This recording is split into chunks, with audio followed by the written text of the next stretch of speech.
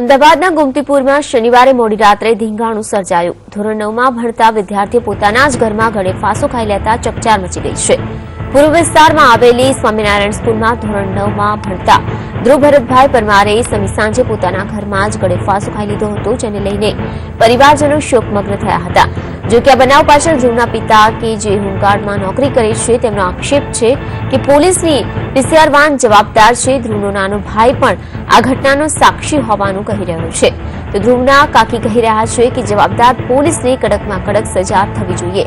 પોલીસના કારણે આ ઘટના બની હોવાની જાણ થતાં જ સ્થાનિક લોકોના ટોળે એકઠા થઈ ગયા હતા અને ધ્રુવની ડેડ બોડીને લઈને પીએમ માટે મોકલવાની ના પાડી દઈને પોલીસ સામે રોષ વ્યક્ત કર્યો હતો। આ વિસ્તારમાં કોઈપણ અનિચ્છનીય બનાવ ન બને તે માટે એસીપી ક્રાઇમ, એસીપી તથા સ્થાનિક પોલીસ સ્ટેશનનો કાફલો જે હતો તે ઘટના સ્થળે દોડી ગયો હતો। તો પરિવારજનોને સમજાવીને ડેડ બોડીને પીએમ માટે મોકલી આપી હતી।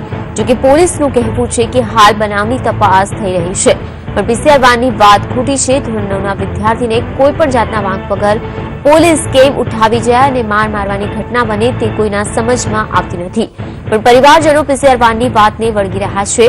તો પોલીસ અધિકારીઓ પણ પીસીઆર વાનનો છેદ ઉડાવી રહ્યા છે। ત્યારે ધ્રુવની આત્મહત્યાનું સત્ય શું છે તે પણ એક મોટો પ્રશ્ન છે।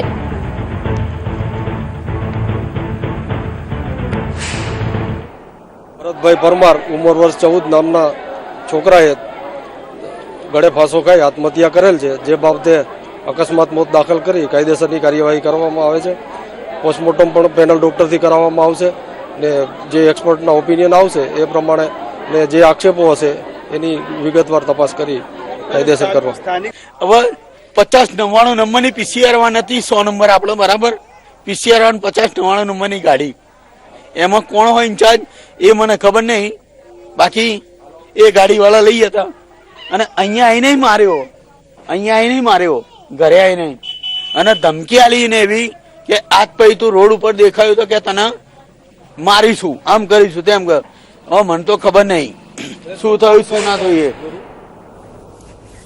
તો આત્મહત્યાને લઈને ઘણા બધા સવાલો ઉભા થઈ રહ્યા છે કે શા માટે એક કિશોરે આત્મહત્યા કરવી પડી।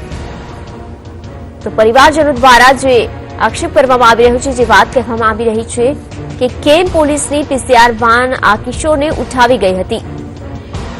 ધ્રુવની આત્મહત્યાને લઈને કેટલાક સવાલો છે હવે ઉભા થઈ રહ્યા છે।